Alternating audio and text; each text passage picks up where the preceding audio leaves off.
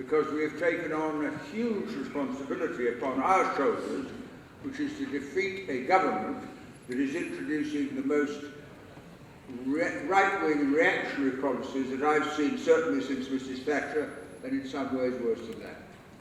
And this meeting reminds me, takes my mind back 68 years. I was then 20 years old. I was going to South Africa to learn to be a pilot. I was in a troop ship. And all we were doing in the war, we were discussing what do we want after the war, what after the war. A few of us met and we said, let's have a meeting on war aims. So I was sent off to see the colonel in charge of troops. I was an aircraftsman second class, which is the lowest rank you can be, and he was a colonel. And I saluted and said, sir, can we have a meeting on war aims? And he said, no politics in it, Ben. So I said, oh, no, of course not. But we had the most political meeting I've ever remembered. But one speech was made at that meeting, which I've never forgotten, and a lad, I wish I knew his name, but I don't. He got up and he said, comrades, in the 1930s we had mass unemployment. But we don't have mass unemployment in wartime. He said, if you can have full employment by killing Germans, why can't we have full employment by building hospitals, recruiting and training people, building homes, building schools? It was that argument that really won the case in 1945. People decided to apply the same application of what you do in wartime to problems of peace. If you have to do it in wartime, you must do it in peacetime. And it did build a welfare state. It was by no means perfect, for God's sake, but at the same time it did build something which is now under direct attack by a government that's going back to the idea that if it's not profitable, you can't do it. And of course most of the things that really matter aren't profitable. I mean, you don't not educate children because they can't afford to pay the teachers, although that principle is being applied to universities. You don't apply that principle to health. You say, if you need an operation, you have it, whether you're rich or poor, it's quite irrelevant. And that principle is one that is under attack.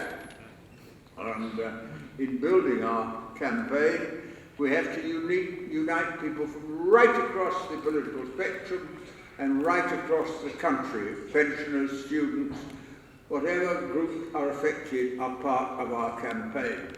And that means we have to learn again the lesson of solidarity.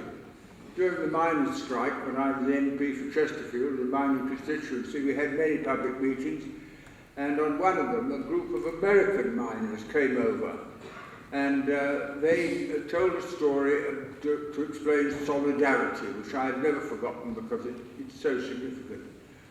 The American miners said there was a disused mining village in America, and a little boy fell down a pit shaft.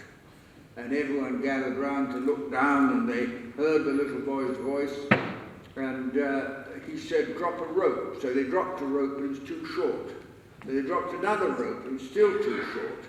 And they dropped a third longer rope, and it was still too short. And out of the mine shaft came the little boy's voice. He said, tie your ropes together. Now that is what solidarity is about.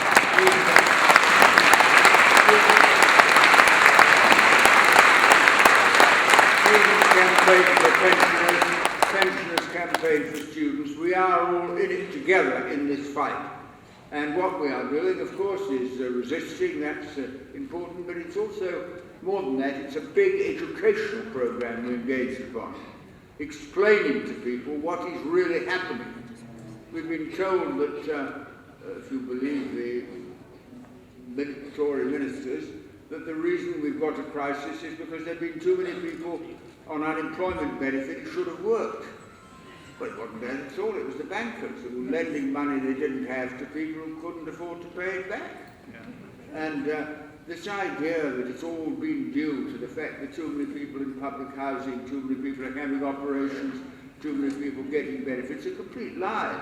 They're using that as an excuse to dismantle what we have achieved over the years in Britain.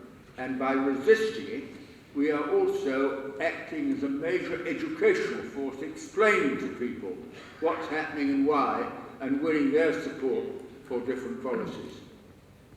And that means you have to look at the whole question of the economic crisis. It is a banker's crisis. And bankers caused it, and then working people are asked to pay the price of their mistakes. And it's something which it simply has to be understood. Kate, a brilliant speech about weapons. I mean, if I were asked to make economies, the simplest economy I could make and cost the least trouble would be to drop nuclear weapons. There'd be absolutely no use to anybody. £70 billion is committed to building a new generation of them. Or take another level of taxation. I looked up the other day for interest, what was the level of taxation during the war when Winston Churchill was Prime Minister? So I looked up 1945, the last year he was Prime Minister, and the level of personal taxation on the wealthiest people was 95%.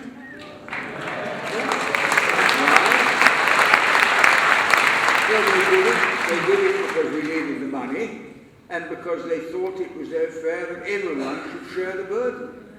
And now we're in a situation where inevitably income tax will be cut down and people will pay the price in cuts in benefits or jobs.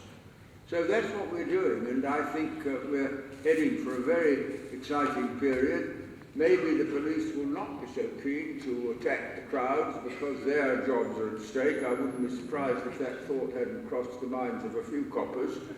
But at any rate, anyone who goes into this must know what they're entering and be well aware of what they're doing. And we're not looking for heroes, but there will be some people who pay a heavier price for the campaigns they're engaged in than others, and we must honour them and respect them and support them as best we can.